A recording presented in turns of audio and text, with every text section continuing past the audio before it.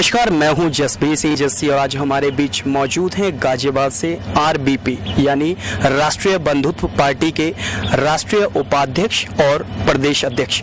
आइए आपको सबसे पहले लेकर चलते हैं राष्ट्रीय उपाध्यक्ष के समक्ष, जो खुद ब खुद अपने अल्फाजों में व्यक्त करेंगे कि उन्हें आरबीपी यानी राष्ट्रीय बंधुत्व पार्टी से किस तरीके से इस उपाधि से नवाजा गया। सर बताइएगा, आप अपने विषय में क्या है आपका पूरा नाम और किस तरीके से आपको इस पार्टी में आने का मौका मिला। मेरा नाम अवनीश त्यागी है। मोदी नगर से 6 किलोमीटर निवाड़ी कस्बे से मैं बिलोंग करता हूं और 2012 से मैं गाजियाबाद कविनगर में यहाँ अपना छोटा सा एक व्यापार देख रहा हूँ जी। जैसे कि आपने बोला कि आप निवाड़ी से हैं और 2012 से तकरीबन आप इस गाजियाबाद में रह रहे हैं, तो गाजियाबाद में रहकर जब से इस आरबीपी पार्टी का आगाज हुआ है गाजियाबाद में आकर, आपने इसे किस तरीके से शुरुआत दी है, कैसे आगाज दिया है, आपको क्या लगा कि आपको यहाँ से एक उपाधि मिले तो उस उपाधि का कैसे आप उपयोग करेंगे और आपकी इस पार्टी के विषय में क्या चीजें हैं जो बहुचर्चित हैं। शुरू से ही मैं सोचता था कि जैसे राजनीतिक पार्टियां, मैं ओपनली नाम नहीं लेना चाहूँगा, देश में काम कर रही थी तो विकास के नाम पे सिर्फ नाम विकास रह गया था, कुछ भी विकास नहीं था। चाहे हमारे शिक्षा के क्षेत्र में है, चाहे व्यापार क्षेत्र में है, चाहे डेवलपमेंट इंफ्रास्ट्रक्चर के क्षेत्र में है। पार्टी सिर्फ अपना जेब भर रही थी, विकास बिल्कुल जीरो था। इसी के मद्देनजर सोचते हुए मैंने सोचा कि इस राजनीतिक दल जो अभी सक्रिय हैं, पार्टी में है, सत्ता में है, उनके साथ मिलकर काम करना तो वही हो गया, जो पहले चल रहा था वही चलता रहेगा। इसी की सोचते हुए हमने एक पार्टी बनाई, राष्ट्रीय बंधुत्व पार्टी, जिसके मुद्दे वो रखे हमने जिस मुद्दे पर ये हमारी पार्टियां बात नहीं करती हैं, वर्किंग नहीं है, सोचती नहीं है उनके बारे में। तो उसी को सोचते हुए पार्टी का हमने विस्तार करा। गाजियाबाद में उसको काफी क्षेत्रों में उस मुद्दों पे संघर्ष करा है। जैसे कि आपने मुद्दों का जिक्र किया, किस तरह के मुद्दे हैं जो आपकी पार्टी को स्पेसिफिक तरीके से एक उदाहरण के रूप में जन जागरण करते हैं, जनता के बीच में चिताते हैं, ऐसे कौन से अहम मुद्दे हैं, जरा उन्हें वक्तव्य में बताइए। देखो, सबसे पहली समस्या सफाई की है।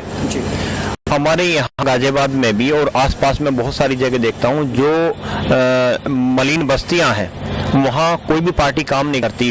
पार्टी काम करती है जो डेवलप्ड एरिया है, जहाँ ऑलरेडी इन चीज़ों की ज़रूरत नहीं है, वहाँ वो लोग काम करते हैं। आप मुद्दों की बातें बताइए। सबसे पहले आपने जिक्र करा सफाई का, उसके अलावा ऐसे कौन से एग्जाम्पल्स हैं कि जिन्हें आप एक टारगेट के तौर पे अपनी इस पार्टी के माध्यम से सेट कर रहे हैं। शिक्षा का मुद्दा है जी।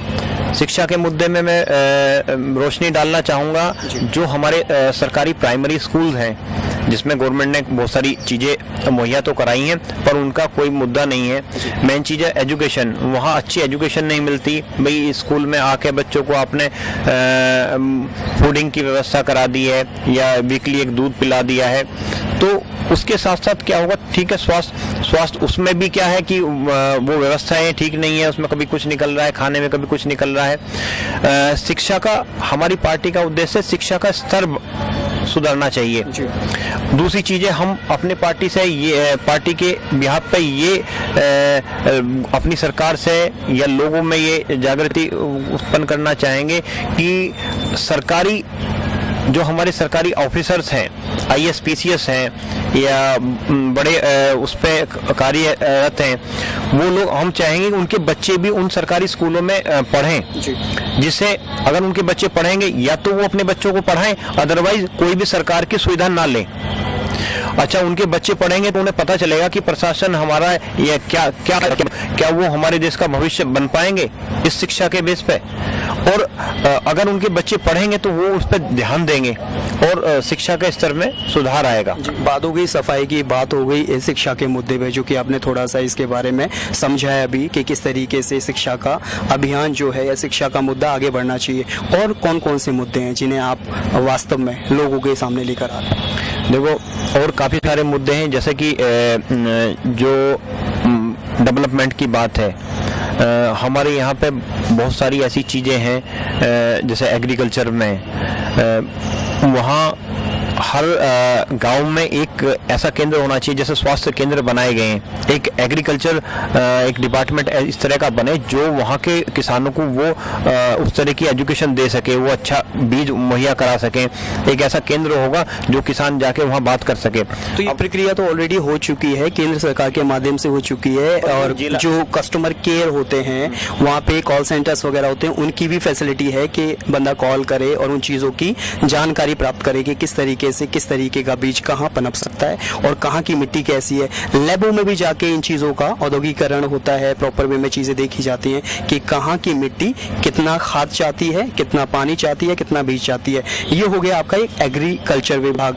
और कोई ऐसे मुद्दे? दूसरे जो हमारे बेरोजगार भाई हैं, जो हमारे देश का भविष्य है, उनके रोजगार के बारे में, प्लस उन्हें छोटे छोटे जो उद्योग हैं, लघु उद्योग हैं, उसके लिए प्रोत्साहित करना।